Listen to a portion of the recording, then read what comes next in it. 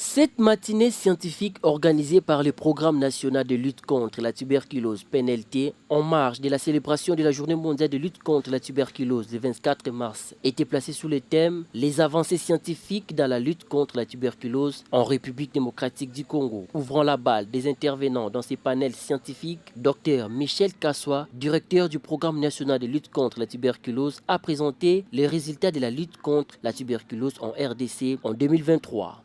Elle a pour but donc de pouvoir échanger, les chercheurs, les experts, les scientifiques de nos universités, les cadres du programme échangent sur les résultats de recherche.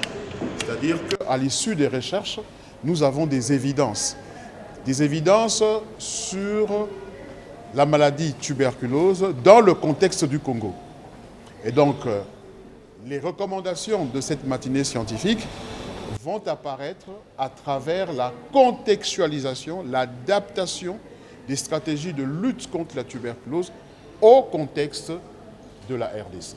Cette matinée a réuni des scientifiques qui ont présenté chacun des avancées de recherche de cette maladie en République démocratique du Congo qui constitue la particularité de la matinée scientifique de cette année, a soutenu Dr Michel Kassoua qui a remis des certificats d'honneur au professeur Zachary, au Dr Pamphile et Henriette pour leur contribution dans la lutte contre la tuberculose en RDC. La particularité de cette année, c'est que les résultats qui seront présentés nous permettent de mesurer les recherches qui sont menées dans 3 domaines.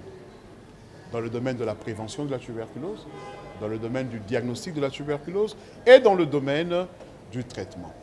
La tuberculose est une maladie infectieuse classée parmi les 10 causes de décès à travers le monde. Pourtant, elle mobilise moins de ressources pour la vaincre que la maladie à virus Ebola et le Covid-19. Ainsi, la malnutrition et la pauvreté sont les premiers facteurs de cette maladie.